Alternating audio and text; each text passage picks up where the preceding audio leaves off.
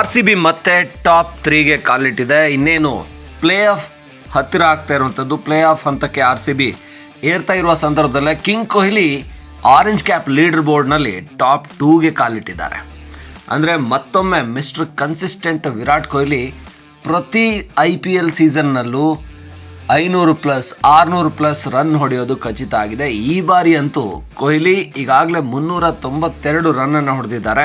417 ರನ್ನನ್ನು ಹೊಡೆದಿರುವಂಥ Sai Sudarshan GTಯಿಂದ leader ಬೋರ್ಡ್ನಲ್ಲಿ, ಅಂದರೆ ಈ ಆರೆಂಜ್ ಕ್ಯಾಪ್ನ ಲೀಡರ್ ಬೋರ್ಡ್ನಲ್ಲಿ ನಂಬರ್ 1 ಇದ್ದರೆ, ವಿರಾಟ್ ಕೊಹ್ಲಿ ನಂಬರ್ 2 ಇದ್ದಾರೆ. ನಿಕೋಲಸ್ ಪೂರನ್ 3ನೇ ಸ್ಥಾನಕ್ಕೆ ಇಳಿದಿದ್ದಾರೆ. ಮೊದಲಿಂದಲೂ ಕೂಡ ಆರೆಂಜ್ ಕ್ಯಾಪನ್ನೇ ಹಾಕ್ಕೊಂಡು ಬಂದಿದ್ದಂಥ ನಿಕೋಲಸ್ ಪೂರನ್ರನ್ನು ಇತ್ತೀಚೆಗೆ GTಯ ಸಾಯಿ ಸುದರ್ಶನ್ ಹಿಂದಿಕ್ಕಿದ್ರು.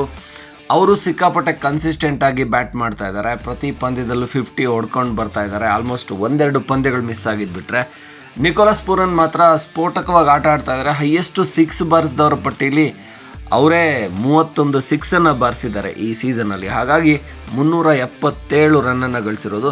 ಇನ್ನು ಸೂರ್ಯಕುಮಾರ್ ಯಾದವ್ ಕೂಡ ರೇಸಲ್ಲಿದ್ದಾರೆ. ಮುಂಬೈ ಈಗಾಗಲೇ ಪಾಯಿಂಟ್ಸ್ ಟೇಬಲಲ್ಲಿ ನಿನ್ನೆ 3ನೇ ಸ್ಥಾನಕ್ಕೆ ಬಂದಿತ್ತು. RCB ಮತ್ತೆ ಇವತ್ತು ಅವ್ರನ್ನ ಬೀಟ್ ಮಾಡಿ RCB 3ನೇ ಸ್ಥಾನಕ್ಕೆ ಹೋಗಿದೆ.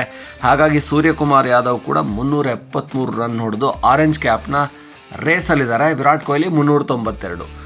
ಇಲ್ಲಿ ಜಾಸ್ ಬಟ್ಲರ್ ಎಂದಿನಂತೆ ಪ್ರತಿ ಬಾರಿ ಕೂಡ IPL ಸೀಸನ್ನಲ್ಲಿ ಹೈಯೆಸ್ಟ್ ಸ್ಕೋರರ್ ಪಟ್ಟಿಯಲ್ಲಿ ಜಾಸ್ ಬಟ್ಲರ್ ಇದ್ದೇ ಇರ್ತಾರೆ.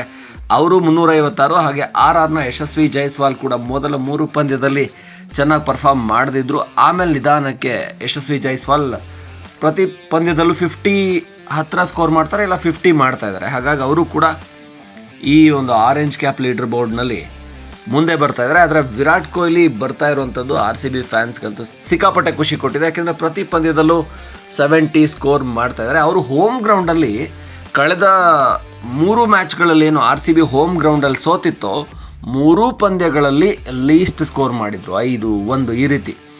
ಆದರೆ ಅವೇಯಲ್ಲಿ ಸಖತ್ತಾಗಿ ಬ್ಯಾಟ್ ಮಾಡಿದರು. ಎಲ್ಲದರಲ್ಲೂ ಕೂಡ 50 ಮೇಲೆ ಹೊಡೆದಿದ್ರು 5 ಪಂದ್ಯಗಳಲ್ಲಿ. ಆದರೆ ಇವತ್ತು ಫಸ್ಟು ಹೋಮ್ ಗ್ರೌಂಡಲ್ಲಿ RCB ಅಂದರೆ ವಿರಾಟ್ ಕೊಹ್ಲಿ ಮತ್ತೆ ಮಿಂಚಿದ್ದು 70 ರನ್ ಗಳಿಸಿದ್ದು. RCBಯ ಒಂಥರ ಬ್ಯಾಟಿಂಗ್ಗೆ ಆಧಾರ ಸ್ತಂಭ ಆಗಿ ನಿಂತ್ಕೊಂಡಿದ್ದು.